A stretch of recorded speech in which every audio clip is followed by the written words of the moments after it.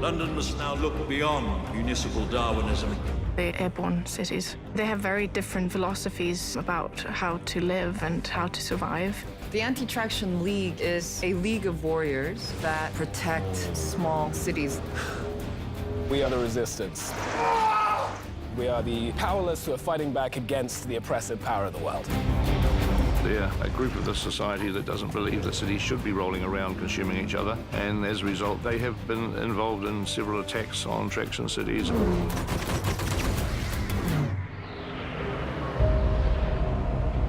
All airships we know of in history were inflated with either helium or hydrogen.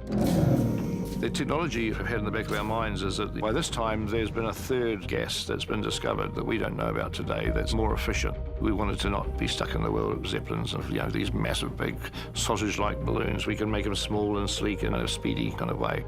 I saw some of the concept art before I got on set. Wow, so beautiful and stunning and so intricate. It was really beautiful. It got me into the fantasy of it. Welcome to Airhaven. Airhaven is an interesting location because it's a floating town that just floats a few thousand feet up in the air and just drifts around. When we arrived, it's sunset and it's glamorous and glorious. It's all rich blues and oranges and yellows, so it was really great. It's almost like a breath of fresh air for both the crew and the audience to suddenly have this weight lifted off us. Airhaven is kind of like neutral territory, Casablanca during the Second World War, where people from all sides, the tractionists, the anti-tractionists, meet. Tractionists might be sitting there with an anti-tractionist across the table there. You don't fight, you don't argue, you don't go to war. It's like a sort of an uneasy peace. And the idea is you put your beliefs to one side and you just leave again without causing any trouble. I imagined it as starting out as one large airship, and then gradually another gas bag has been added and the gondola has been extended. And by the time of Mortal Engines, it's become this great sort of higgledy-piggledy town held up by enormous clouds of gas bags. An amalgamation of air gondola silks, and the gondolas themselves become the buildings. So it's sort of like an airship graveyard, its own city in the sky. What I like about Airhaven, from the way it was designed, is it's like a floating jellyfish. With tendrils where ships come in and hook on, and I really wanted to get across the idea that the buildings and the structure itself is actually just made from recomposed ship hulls. They basically have flown and moored up, disassembled part of the ship. It got to a really interesting place. 10,000 feet up in the sky, it's hanging off these big helium balloons. That was an amazing set. It was literally a little town that you could run around in and had shops and little homes. Windflower.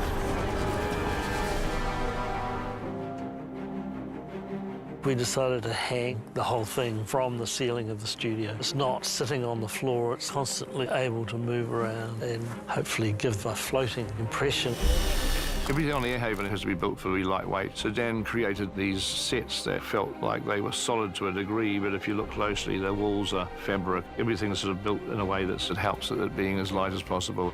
It was really tricky to work around. We had a lot of vertical cables, a lot of overheads, netting, things to make it look like it was all hanging suspended from these giant air balloons. Our first concern was safety, of course, making sure everyone was safe, because the whole of Airhaven is supposed to tilt at a certain point when Shrike sets fire to Airhaven, and the whole thing goes on a lean, and so everyone's sliding across the deck. It's very dramatic, lots of smoke, lots of lights, no fires, because the set itself is very flammable. Because this whole set's made of fabric, all our explosions in this set are actually air mortars and flashbulbs. I'm using lights to enhance the explosion. We've got wind machines throwing debris of burning Airhaven into the air, stunties falling off things. We've got commentators running through the chaos. So it's kind of a coordination of a whole bunch of technical and actor performances.